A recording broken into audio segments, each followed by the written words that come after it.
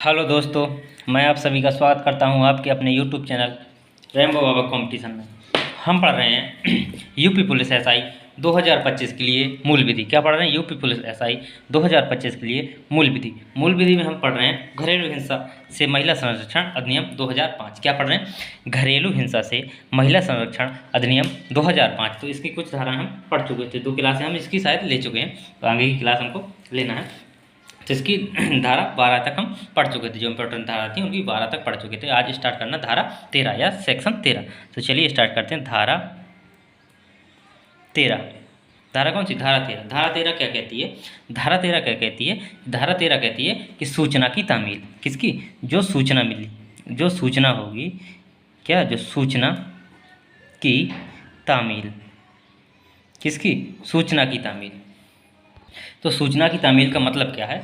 तो सूचना की तामील का मतलब है कि जब जो व्यथित व्यक्ति है, कौन? जो व्यथित व्यक्ति ने जो क्या की, जो रिपोर्ट की, जो रिपोर्ट दर्ज करी है, जो रिपोर्ट क्या, रिपोर्ट दर्ज करी है, किसके पास? मजिस्ट्रेट के पास जो रिपोर्ट पहुंची है, तो उस रिपोर्ट को अब मजिस्ट्रेट को कितने 3 दिनों के अंदर क्या करना? कार्यवाही करनी है। पहली सुनवाई 3 दिनों के अंदर करनी है। जब 3 दिनों के अंदर कार्यवाही, पहली सुनवाई करनी है, तो जिस व्यक्ति के प्रति क्या, जो व्यथित व्यक्ति है, जिसने किसके प्रति, जो प्रत्यार्थी है, कौन? जो प्रत्यार्थी है, जो क्या है, जो मुजरिम है, उसको क्या सूचना मिलनी चाहिए। अगर उसको सूचना नहीं मिलेगी तो सुनवाई कैसे होगी? पहली 3 दिन के अंदर सुनवाई कैसे होगी? तो इसमें बताया कि सूचना की जो तामील है, उस व्यक्ति तक सूचना कैसे पहुंचाई जाए। क्या की जाए? उस व्यक्ति तक सूचना कैसे पहुंचाई जाए कि इस दिन तुम्हारी पेशी है और कोर्ट में तुम्हें बुलाया गया है। तो इसको अंग्रेजी में क्या बोलते हैं? सर्विस ऑफ नोटिस बोलते हैं। क्या बोलते हैं? अंग्रेजी में बोलते हैं SERVICE, service of notice, NOTICE। क्या बोलते हैं इसको? अंग्रेजी में बोलते हैं सर्विस ऑफ नोटिस, सूचना की तामील। उस सूचना को उस व्यक्ति, जो अपराधी व्यक्ति है, जो प्रत्यार्थी व्यक्ति है, उस व्यक्ति तक कैसे पहुंचाई जाए, कौन पहुंचाएगा? तो इसको मैं बताया इस धारा में 13 में ये बताया गया है कि कौन पहुंचाएगा। तो इसमें जो मजिस्ट्रेट होगा, जो मजिस्ट्रेट क्या करेगा? जो सुनवाई की तारीख जो जारी करेगा, या जो सुनवाई की तारीख को देगा, कौन देगा? जो मजिस्ट्रेट होगा। मजिस्ट्रेट क्या करेगा? मजिस्ट्रेट सुनवाई की तारीख की जानकारी देगा। क्या करेगा? जानकारी देगा। कौन देगा? या इसको अगर सम्मान देना तो देंगे कौन? मजिस्ट्रेट क्या करेंगे? सुनवाई की तारीख देंगे, या मजिस्ट्रेट क्या करेगा? सुनवाई की तारीख देगा। किसको सुनवाई की तारीख देगा? ये किसको देगा? ये सुनवाई की तारीख देगा किसको? ये जो मजिस्ट्रेट होगा वो सुनवाई की तारीख देगा किसको? संरक्षण अधिकारी को। किसको? जो संरक्षण अधिकारी है, संरक्षण अधिकारी को। अब संरक्षण अधिकारी क्या करेगा? संरक्षण अधिकारी का यहाँ पे क्या कार्य है? संरक्षण अधिकारी का कार्य है कि वो क्या करे? 2 दिन के अंदर, क्या 2 दिन के अंदर क्या करे? जो प्रत्यार्थी है, कौन? जो प्रत्यार्थी है, जो अपराधी है, जो क्या है, जालिम है, उसके यहाँ क्या करे? उसको सूचना देगा। कौन देगा? जो संरक्षण अधिकारी है। तो इस प्रकार से इसकी क्या होगी? तामील होगी। जो सूचना है, जो उसको कहाँ से?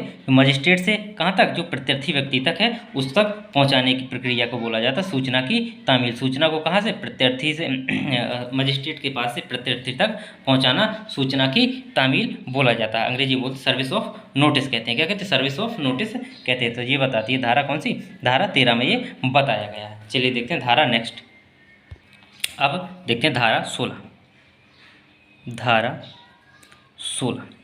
धारा 16 में क्या कहा गया है?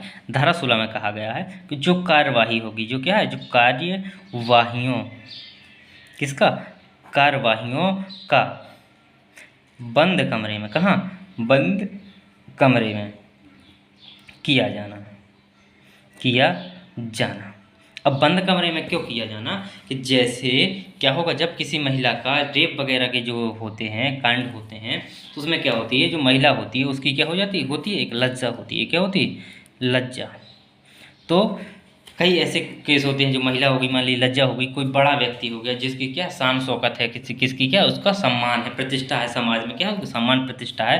तो यदि उसके प्रति ऐसा अपराध का जो केस दर्ज हुआ है, तो उसकी क्या, ताकि उसकी क्या हो, जो शान शौकत है वो उसकी क्या हो, खराब ना हो, उसकी जो रेपुटेशन है वो खराब ना हो। इसलिए उसको क्या, इसमें वो कर सकते हैं क्या, जो मजिस्ट्रेट है वो क्या कर सकता है, वो अगर जो क्या है, जो प्रत्यार्थी और कौन, जो प्रत्यार्थी और व्यथित व्यक्ति है, ये क्या कर सकते हैं, बंद कमरे में या अपील कर सकते हैं कि बंद कमरे में हमारी सुनवाई की जाए। तो फिर कौन कर सकता है, जो मजिस्ट्रेट है वो क्या कर सकता है, बंद कमरे में उनकी सुनवाई कर सकता है, इसलिए सुनवाई कर सकता है ताकि किसी की उसकी लज्जा भंग न हो। तो इसमें क्या है, जो कौन, मजिस्ट्रेट मजिस्ट्रेट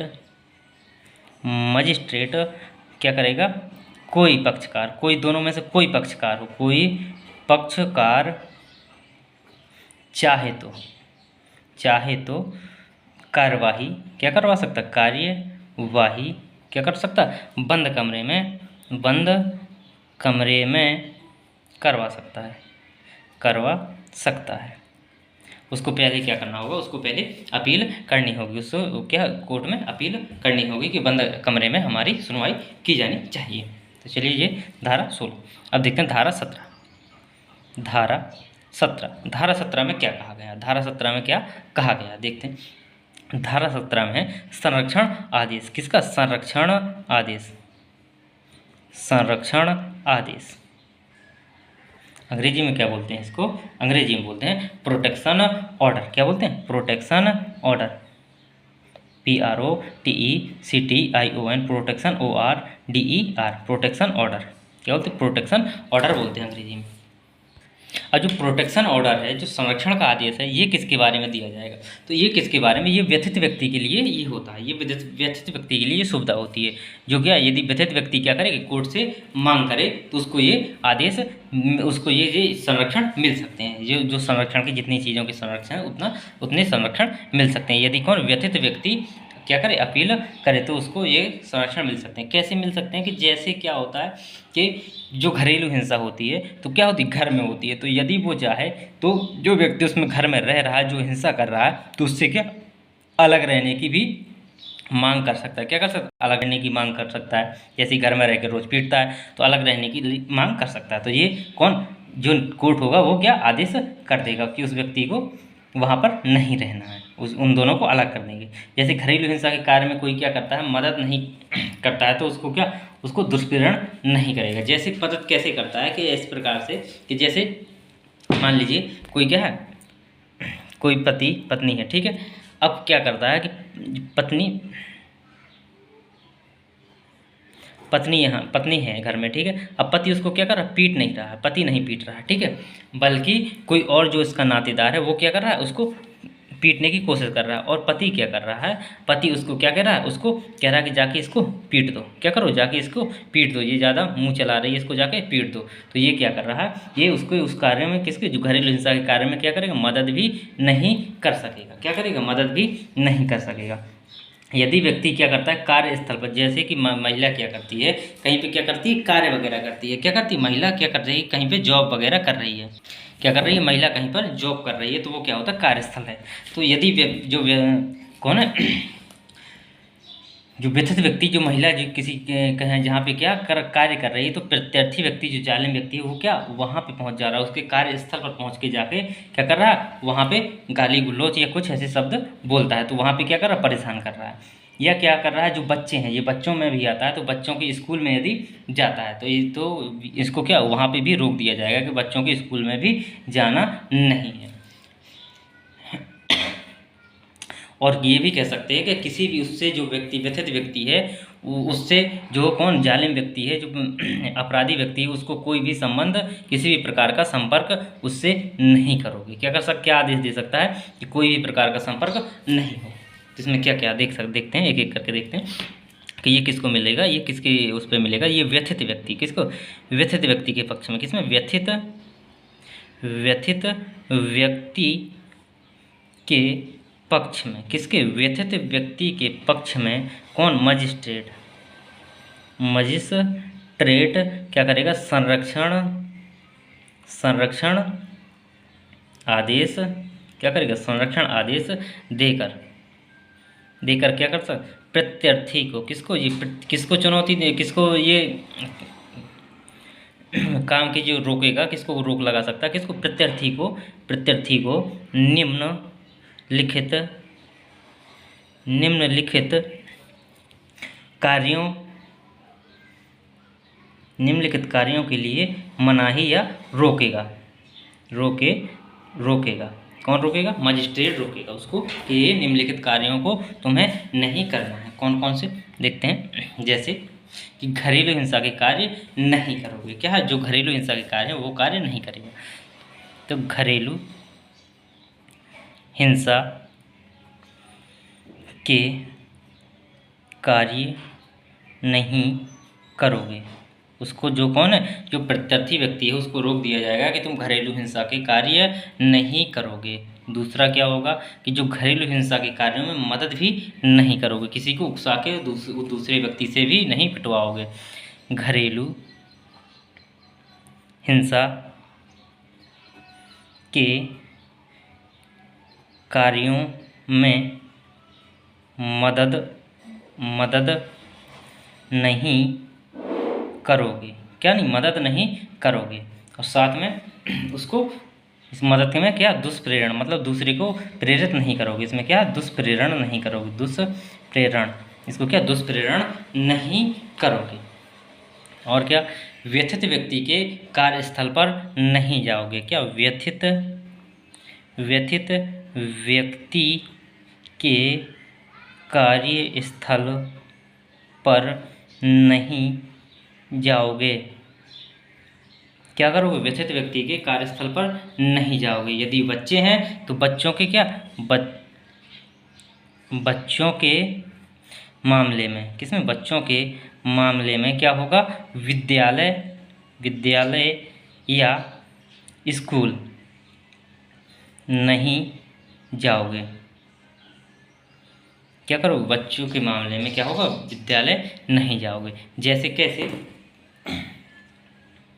और ये बच्चों के मामले में कैसा कि जैसे कि जब घरेलू हिंसा होती है तो उसमें क्या, कोई जो पति है या कोई जो भी कर रहा है घरेलू हिंसा, तो उसमें क्या, जो बच्चे होते हैं वो भी क्या, प्रभावित होते हैं। तो मान लीजिए महिला जो व्यथित व्यक्ति है वो अलग रहने लगी, अब उसको डर है कि कहीं ये बच्चों के साथ ये मारपीट ना करे, तो उसको ये भी इसलिए ये दिया जाता कि बच्चों के घर में भी नहीं आ सकता, और बच्चे अगर स्कूल में जाते तो बच्चों से मिलने स्कूल भी नहीं जा सकता, क्योंकि व्यथित व्यक्ति बोलती है कि बच्चों से हम नहीं मिलने दिया जाएगा, तो वो कहीं पे नहीं मिल सकता। जैसे इसमें होता कि कई बार केसों में देखा होगा कि एक सप्ताह में बच्चों को मिलने के लिए बोल दिया जाता कि एक सप्ताह में तुम संडे मिल सकते हो। यदि वो क्या होती, व्यथित व्यक्ति नहीं चाहती कि बिल्कुल भी नहीं मिलना, तो वो क्या हो सकता, बिल्कुल भी नहीं मिल सकते। तो ये चीज़ होती है। आगे आगे वो क्या कर सकते हैं, किसी भी प्रकार के संपर्क से या उससे क्या, किसी भी प्रकार का संपर्क नहीं करोगे। जैसे अब इससे भी क्या चतुर्मन व्यक्ति निकला कि ठीक है तुम इतना रोक दो, हमारे पास क्या फ़ोन है, हम तो फ़ोन पे फ़ोन करके क्या करेंगे, गाली देंगे। क्या करेंगे, हम फ़ोन करके उस महिला को, व्यथित व्यक्ति को क्या करेंगे, सताएंगे, फ़ोन पे गाली देंगे। तो इसीलिए उसने लास्ट में क्या लिख दिया कि किसी भी प्रकार का क्या, किसी भी प्रकार का या किसी भी प्रकार से संपर्क नहीं करोगे। जो कौन, जो प्रत्यर्थी व्यक्ति है वो क्या करेगा, व्यथित व्यक्ति से किसी भी प्रकार से संपर्क नहीं करेगा। क्या करेगा, किसी भी प्रकार से संपर्क नहीं करेगा। ये क्या है, ये किसके, जो व्यथित व्यक्ति के लिए ये क्या है, आदेश हैं। ये व्यथित व्यक्ति है उसको ये क्या मिलते हैं, ये संरक्षण के आदेश मिलते हैं। व्यथित व्यक्ति के लिए ये आदेश मिलते हैं। और कौन देता, कोर्ट देता, मजिस्ट्रेट देता है ये आदेश।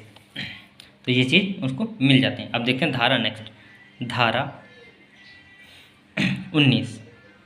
धारा कौन सी, धारा 19 देखते हैं। धारा 19 में क्या कहा गया, धारा 19 में कहा गया इसी प्रकार से कि निवास आदेश, कौन सा, अगर चाहे कौन व्यथित व्यक्ति चाहे तो निवास आदेश, निवास आदेश ले सकती है। क्या कर सकती है, निवास आदेश ले सकती है। इसमें क्या होगा, जो मजिस्ट्रेट होगा वो प्रत्यर्थी को क्या कहेगा कि व्यथित व्यक्ति के निवास से दूर रहने का आदेश दे देगा। इसमें क्या करेगा, जो इसमें निवास आदेश में क्या होगा कि जो मजिस्ट्रेट है, कौन, जो मजिस्ट्रेट है, मजिस्ट्रेट क्या करेगा कि प्रत्यर्थी को जो अपराधी व्यक्ति है, प्रत्यर्थी को क्या कहेगा कि व्यथित व्यक्ति के निवास से क्या करोगे, दूर रहोगे, दूर रहने का आदेश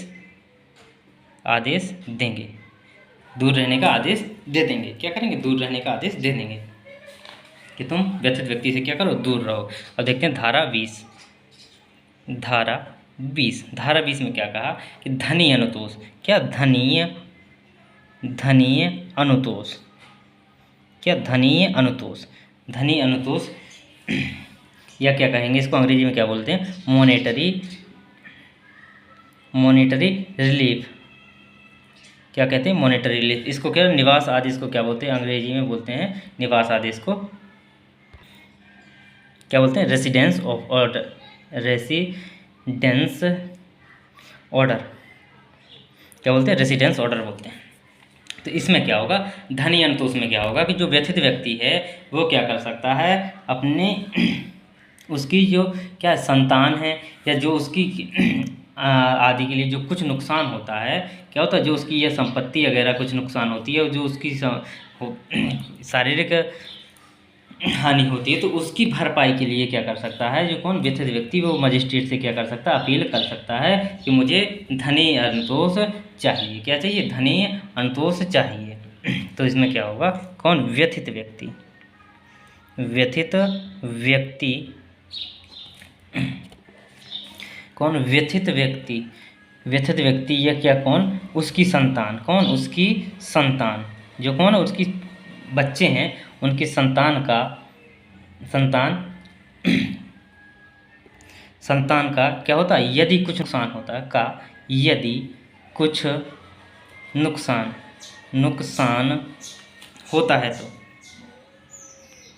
होता है तो उसकी भरपाई के लिए क्या कर सकता है, मजिस्ट्रेट क्या कर सकता है,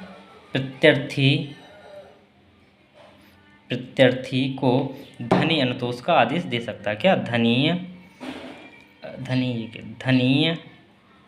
अनुतोष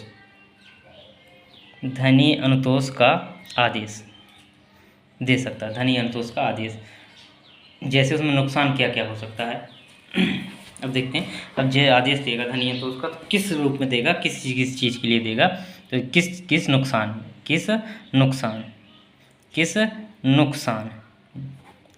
के लिए दिया जाएगा। तो जैसे कि चिकित्सा के खर्च में, क्या, चिकित्सा के खर्च में चिकित्सा के खर्च में हो गया। किसी संपत्ति के नुकसान में, क्या, संपत्ति के नुकसान में। भरण पोषण, क्या, भरण